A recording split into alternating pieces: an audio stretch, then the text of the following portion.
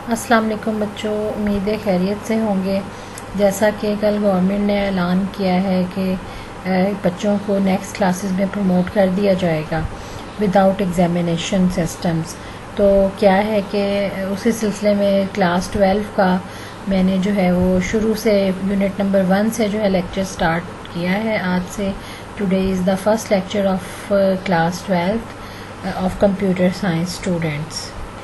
आइए देखते हैं कि यूनिट नंबर 1 जो है वो किस टॉपिक से रिलेटेड है। दैट इज़ डेटा बेसिक्स, यानी डाटा की जो बेसिस हैं, डाटा बेसिस के मुतालिक जो है यूनिट नंबर 1 है। आइए इसको रीड करते हैं। ओवरव्यू ले लेते हैं कि what is data basics. Data is a collection of facts, figures and statistics related to an object. यानी डाटा क्या है? Collection of facts and figures, और उसकी स्टैटिस्टिक्स हैं किससे रिलेटेड? किसी भी ऑब्जेक्ट के related. That can be process to produce a meaningful information, यानी जिसके ऊपर प्रोसेसिंग की जाए और फिर उसके बाद जो है वो मीनिंगफुल रिजल्ट हमारे पास आ जाए, मीनिंगफुल इंफॉर्मेशन हमारे पास आ जाए, तो वो क्या कहलाएगा? वो डाटा कहलाएगा। In an organization, data is an asset that enables the managers to perform an effective and successful operations of the management. किसी भी ऑर्गेनाइजेशन में वो कहता है कि डाटा इज़ एन एसेट, यानी डाटा जो है एक असासा है उसका, किसी भी ऑर्गेनाइजेशन का।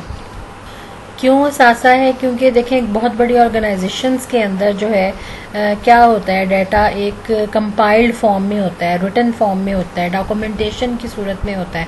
तो वही डॉक्यूमेंटेशन जो है वो डाटा है ऑफ दैट ऑर्गेनाइजेशन, कि वो जो ऑर्गेनाइजेशन है वो कैसे वर्क करती है, क्या काम करती है, कितने एम्प्लॉयज़ हैं, हर एम्प्लॉय की क्या ड्यूटी है और वो अपनी ड्यूटी कैसे जो है वो परफॉर्म करता है।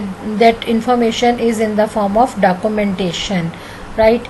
तो जो है इसलिए ये जो है उस ऑर्गेनाइजेशन का ऑब्वियसली एहसासा ही होगी, ठीक है जी। दैट एनेबल्स द मैनेजर्स, जो कि मैनेजर्स को इस काबिल बनाती है to perform an effective and successful operation of management, कि यानी जो मैनेजर्स को इस काबिल बनाती है कि वो एक एक्टिवली पार्टिसिपेट कर सके मैनेजमेंट करने के लिए, मैनेजमेंट के ऑपरेशंस को परफॉर्म करने के लिए है, जो वो इफ़ेक्टिव हो सकें। ऑब्वियसली जब उनके पास डाटा ही नहीं होगा, उनके पास जो है वो ऑर्गेनाइजेशन की ना हिस्ट्री होगी, ना उसके पास जो है वो पता होगा कि उस ऑर्गेनाइजेशन में कितने एम्प्लॉयज़ हैं, कितने ऑब्जेक्ट्स हैं, यानी जिसके ऊपर काम किया जाना है, उसका प्रोडक्ट क्या है, उसका मटेरियल क्या है।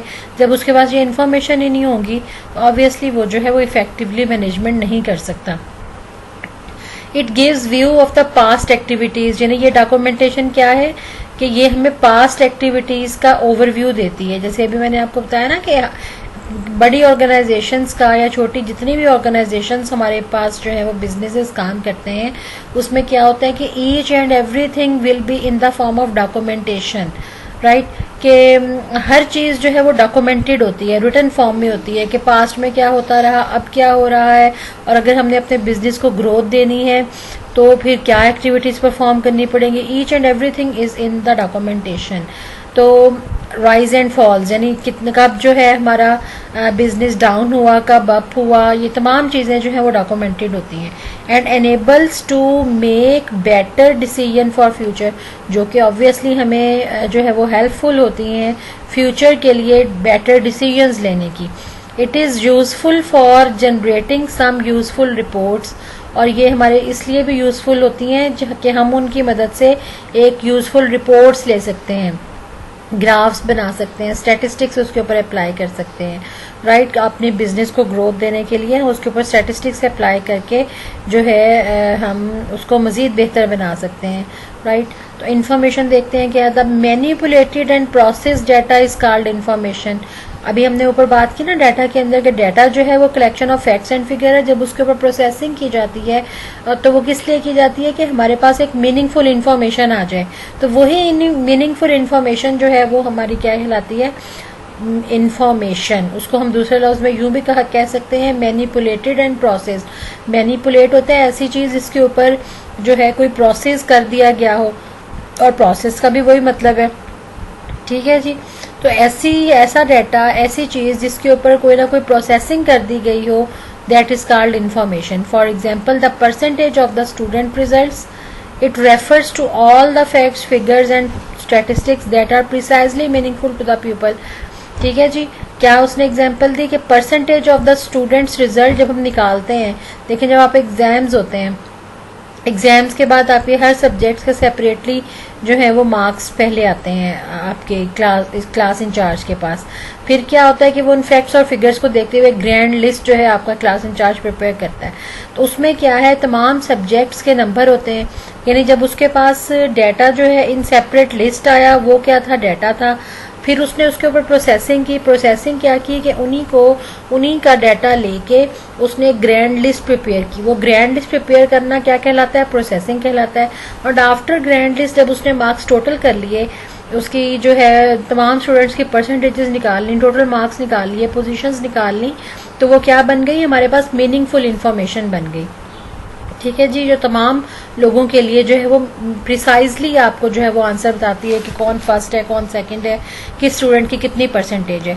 So by definition it is an output of the certain process. So हम डेफिनेशन के हिसाब से कह सकते हैं कि वो जो ग्रैंड लिस्ट बनी वो क्या है, वो एक आउटपुट है किसी भी उस प्रोसेस की जिसमें ग्रैंड लिस्ट जो है वो तैयार हुई. ऑपरेशंस देखते हैं क्या है जी. मैनिपुलेशन ऑफ डाटा, यानी जितना भी हम डाटा के ऊपर कोई भी प्रोसेसिंग करते हैं उसको मैनिपुलेट करते हैं. मैनिपुलेट करने का क्या मतलब है, after capturing from different sources, यानी डाटा हम डिफरेंट सोर्सेज से लेते हैं ना.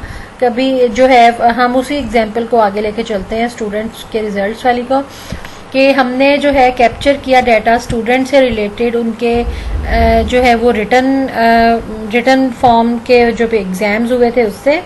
कुछ डाटा हमने लिया उनके प्रैक्टिकल के रिजल्ट से, कुछ हमने डाटा लिया उनके टीचर्स से, उनके क्लास बिहेवियर्स के बारे में.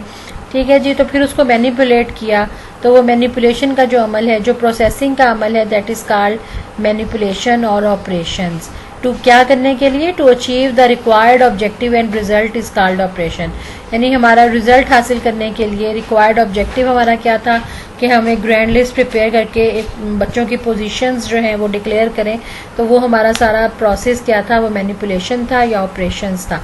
For this purpose a software is used to process raw data. इस मकसद के लिए जो है एक सॉफ्टवेयर जिसको प्रोग्राम भी कहा जाता है वो यूज़ किया जाता है टू प्रोसेस रॉ डाटा, यानी रॉ मटेरियल को, which is converted to meaningful information.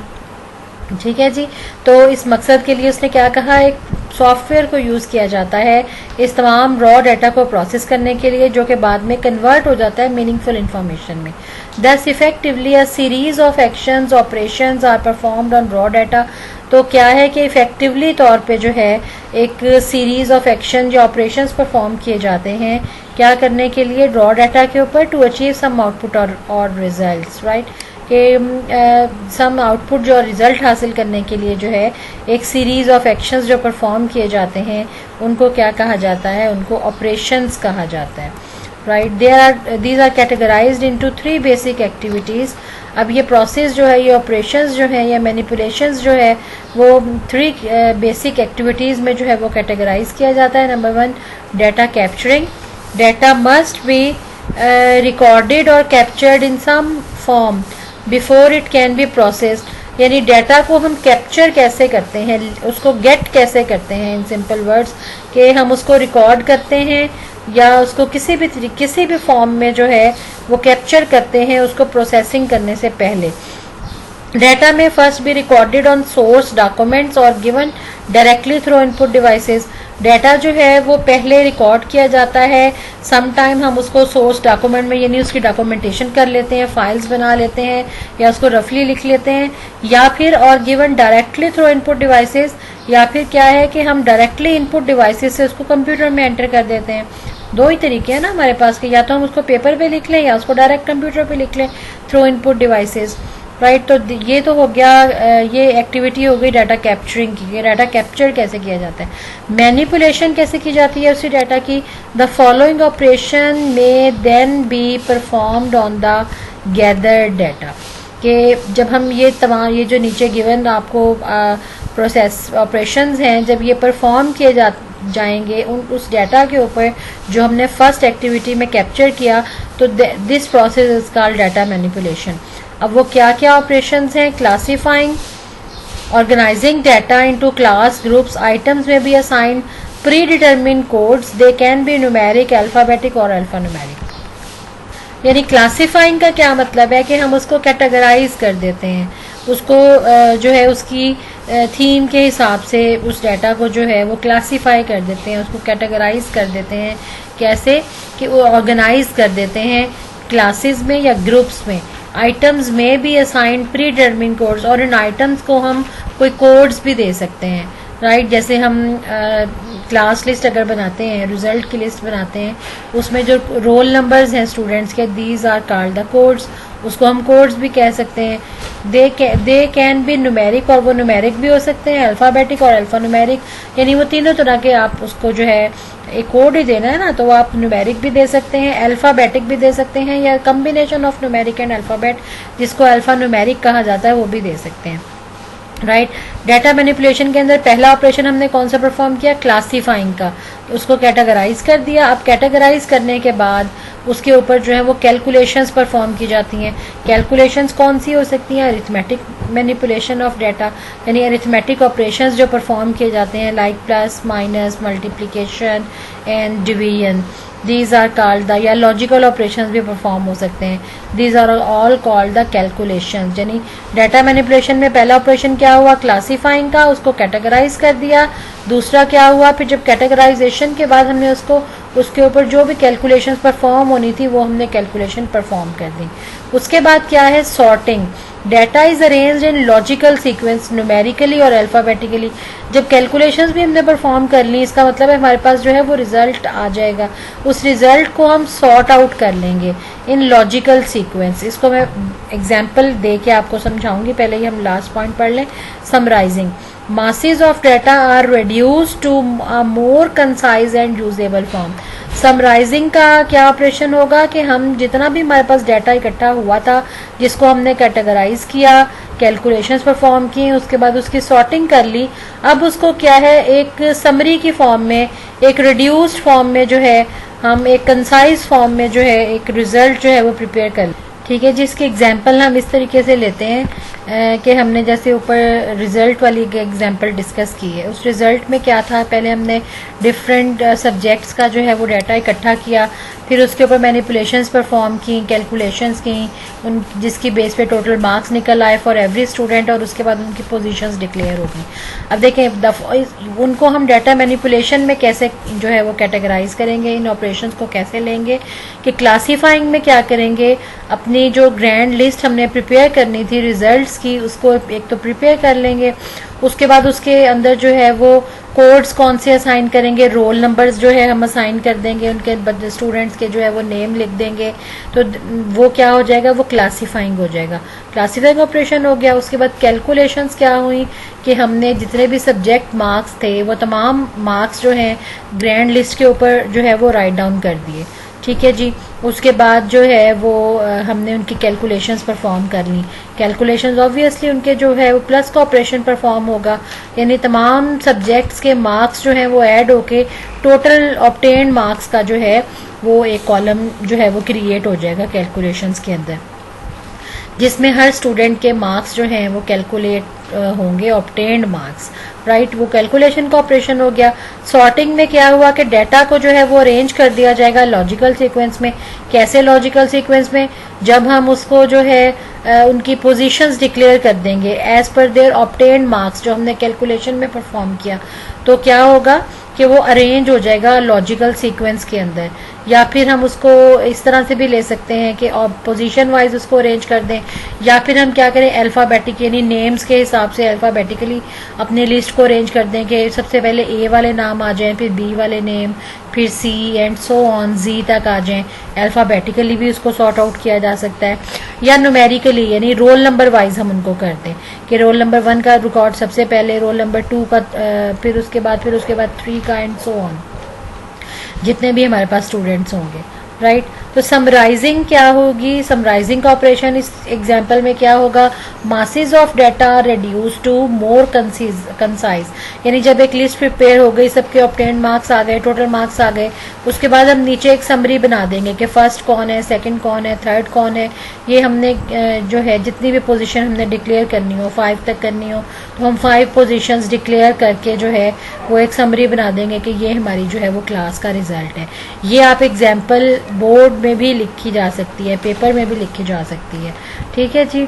तो जिससे जो है आपके क्वेश्चन का इम्पैक्ट जो है वो बहुत इफेक्टिव होगा।